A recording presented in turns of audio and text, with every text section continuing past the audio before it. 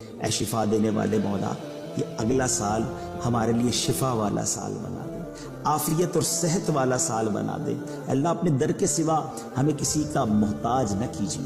اے اللہ بہت سارے بے اولاد بھی ہوں گے، تیرے خزانوں میں کمی نہیں، یہ آنے والا سال ان بے اولادوں کے لیے اولاد والا سال بنا دے، نیک اور صالح انہیں اولاد عطا کر دے۔ کئی لوگ قرضوں میں ڈوبے ہیں مالک، کرم کر یہ آنے والا سال ان کے قرضے اتر جائیں اور وہ خیر سے خوشحالی والی زندگی گزاریں۔ بے روزگار بھی ہوں گے مالک، کرم کر دے، تو ہی تو رزاق ہے۔ یہ آنے والا سال سب کے لیے حلال طیب آسان روزگار والا سال بنا دے۔